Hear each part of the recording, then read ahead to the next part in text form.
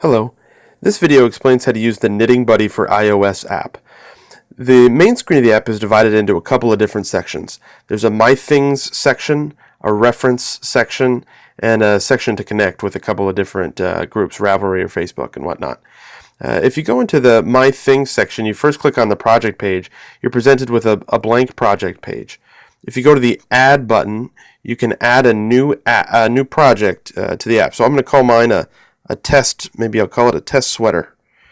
If I want to change, different features of the project, I can say it's a current one. That means I'm working on it right now. This might be a knitting project, and I can enter a whole bunch of different data. If I have some notes that I want to include that I don't have the structured field for, I can go right down into the notes section.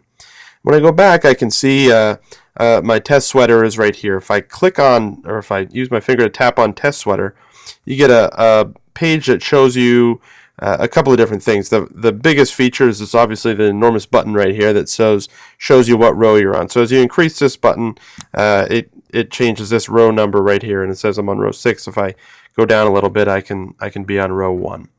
So there's a timer at the bottom that's on by default that shows you how many seconds you've been using this page for. So if you're ever curious how long a project actually takes, you can use the timer to keep track of that. The settings page has a lot of different features that you can use to customize your experience. So the project notes, that's that same page when you were creating the app. You can go back in and edit your notes or edit the name of the project if you'd like. There's a repeat counter, and you can link your row and repeat counter together. So, for example, if I want to, repeat maybe rows 1 through 4 a couple of times, I can go back, and here I've linked the row and repeat counter. So as I click on either one of these, this is the row counter, and this is the repeat counter over here. I can see that my numbers both go up. So what this is saying on the left-hand side here is I've done my repeat. If I'm repeating 1 through 4, so this is the 4th time I'm repeating. Now I'm on row 2, now row 3, now row 4. Now this is the 5th time I'm repeating 1 through 4. And the row number increases as well. If you go back to the settings page, you can unlink those. So as I change this one on the left here, the row doesn't change. As I click on the row button, the repeat doesn't change and whatnot. So on the settings page, you can display the progress. So if you have the total number of rows set for the project, and it might be 100 rows in a particular project, it'll tell you how far along you are in terms of percentage of the total rows completed as you go. The timer, we can toggle that on or off if we'd like, and you can change if you're picking up Knitting Buddy in the middle of a project and you want to add 2 hours to the start of the project. You can do that. I've turned the timer off so you won't see it on the next page. By far the coolest feature of this is the ability to add a pattern to that page. So currently this is the Knitting Buddy 1.1 release. It only allows you to do images. So PDFs are going to come in the future here, but for now it's just images. So I'm going to go and select a pattern image. You can take a picture of it with your phone. You can get it out of your gallery. I put a screenshot of my gallery just before I started this. So let me just grab this one that I put in there today, and I'll click the display button on the page. So when I go back, you'll see that I grabbed a pattern from Ravelry, but it's an image, so I can go through and move it. And if I want to keep this chart up right here, I can sort of zoom in and keep the chart going. And as I'm on whatever row I'm on, I can sort of move this up and down and just keep track of my rows and my pattern all on the same screen. So that's kind of a nice feature. Going back to the main row, I added a project.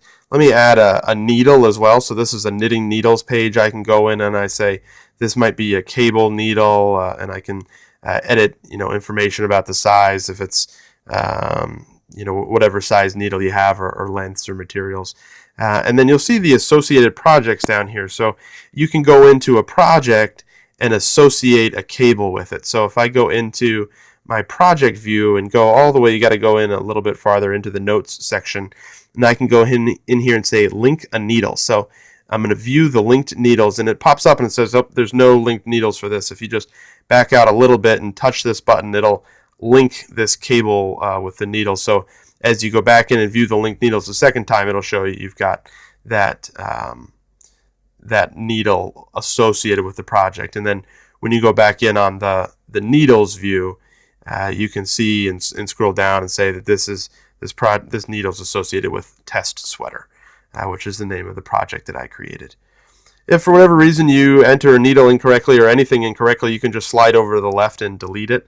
That works for all of the needles and the hooks and the yarn stash section.